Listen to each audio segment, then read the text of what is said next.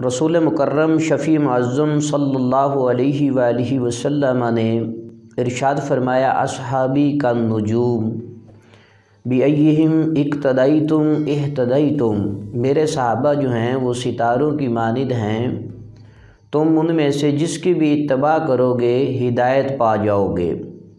رسول مکرم شفیع معظم صلی اللہ علیہ وآلہ وسلم نے اصحاب رسول صلی اللہ علیہ وآلہ وسلم کی عظمت کو خود بیان فرمایا، اور صحابی رسول کے ایک عمل کے برابر کائنات عالم میں جتنے بھی اولیاء ہیں، غوث ہیں، کتب ہیں، ابدال ہیں، جتنے بھی اہل اللہ ولی کامل گزرے ہیں، کوئی بھی کسی بھی صحابی کے درجے کو نہیں پہنچ سکتا۔ صحابی کی شان جو ہے وراء الورا ہے۔ انبیاء علیہم السلام کے بعد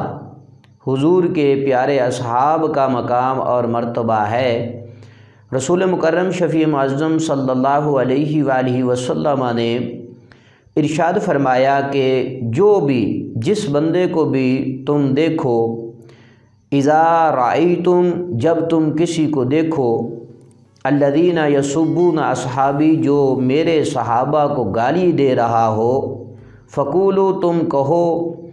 کہ لعنت اللہ علی شرکم، کہ تمہارے شر پر اللہ تبارک و تعالیٰ کی لعنت کا نزول ہو۔ اصحاب رسول کو گالی دینا یہ بہت برا عمل ہے، بد مذہبوں اور بد عقیدوں کا یہ کام ہے، خصوص بالخصوص جو سیدنا حضرت امیر معاویہ رضی اللہ تعالیٰ عنہ کی ذات کو تنقید کا نشانہ بناتے ہیں،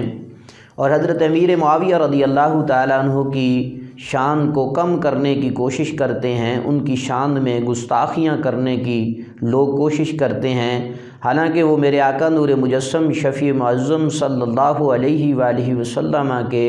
پیارے صحابی ہیں۔ حضرت عبداللہ ابن عباس رضی اللہ تعالی عنہما سے اس کو روایت کیا گیا کہ انہو کاتب النبی صلی اللہ علیہ وآلہ وسلم منذ اسلم، سیدنا حضرت امیر معاویہ رضی اللہ تعالیٰ عنہ جب سے دائرہ اسلام میں داخل ہوئے، میرے آقا نور مجسم شفیع معظم صلی اللہ علیہ وآلہ وسلم کے کاتب رہے۔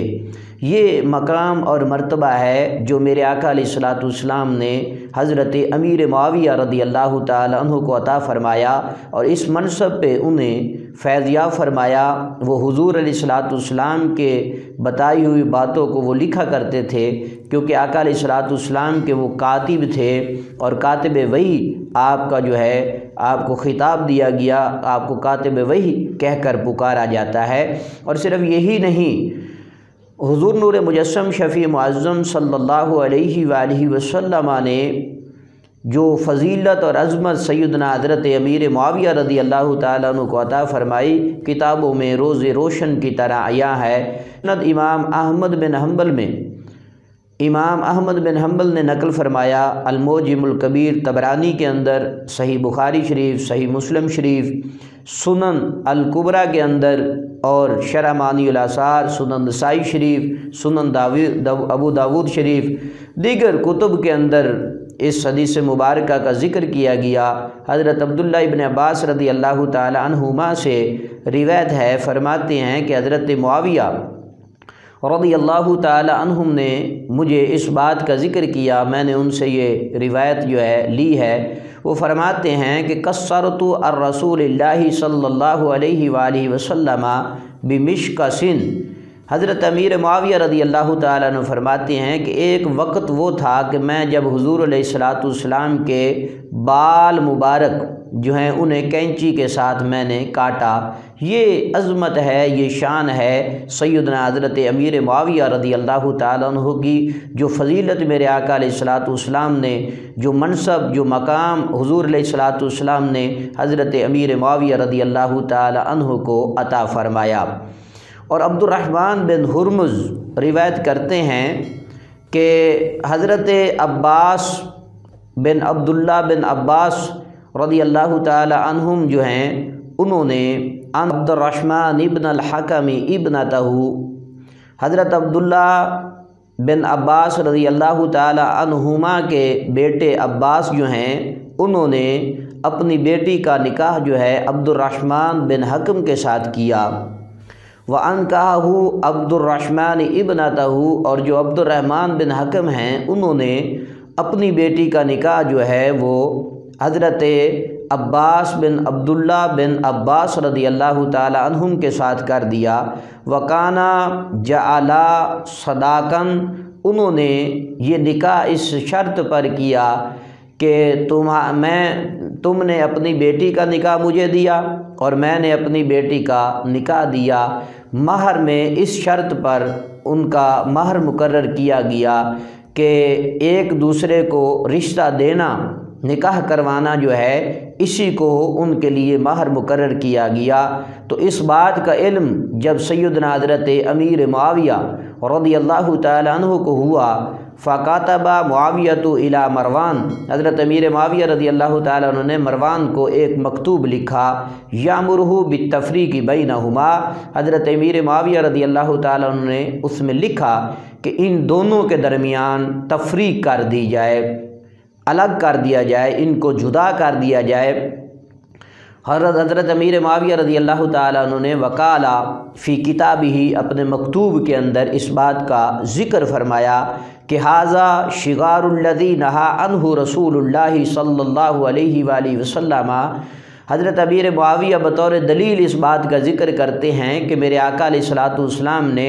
اسی سے ہمیں منع فرمایا ہے، اور یہی شغار ہے جس سے میرے آقا علیہ الصلوۃ والسلام نے سختی کے ساتھ منع فرمایا ہے۔ شریعت کے نفاذ کرنے میں، شریعت پر عمل درآمد کرنے میں حضرت امیر معاویہ رضی اللہ تعالیٰ عنہ اس بات کے پابند تھے، اور انہوں نے آقا علیہ الصلوۃ والسلام کی شریعت پر لوگوں کو عمل کروایا۔ خود بھی آقا علیہ الصلوۃ والسلام کی تعلیمات پر عمل کرنے والے تھے، اور آپ نے لوگوں کو بھی اس کی تلقین کی۔ اور جب شریعت کی مخالفت کو دیکھا، لوگوں کے درمیان ایسی بات کو دیکھا جو زمانہ جاہلیت سے تعلق رکھتی تھی، خود سیدنا حضرت امیر معاویہ رضی اللہ تعالیٰ عنہ نے اس برائی کو، اس معاملے کو جو زمانہ جاہلیت سے تعلق رکھتا تھا اس کو ختم فرما دیا، کیونکہ آپ شریعت پر عمل کرنے والے تھے۔ اللہ تبارک و تعالی نے حضرت امیر معاویہ رضی اللہ تعالیٰ عنہ کو وہ عظمت، وہ مقام اور مرتبہ عطا فرمایا کہ میرے آقا علیہ الصلوۃ والسلام کے آپ کاتب وحی ہیں، خود حضور نے آپ کو کاتب وحی بنایا، آپ کو یہ مقام اور مرتبہ دیا گیا۔ اور آپ نے معزز سامعین سنا کہ حضرت امیر معاویہ رضی اللہ تعالیٰ عنہ حضور علیہ الصلوۃ والسلام کے بال مبارک کاٹا کرتے تھے۔ یہ شان ہے حضور کے غلاموں کی، جنہیں حضور علیہ الصلوۃ والسلام نے یہ عظمت، یہ مقام اور مرتبہ عطا فرمایا۔ اللہ تبارک و تعالی ہمیں ان مقدس ہستیوں کی تعظیم اور توقیر کرنے کی ہمت عطا فرمائے۔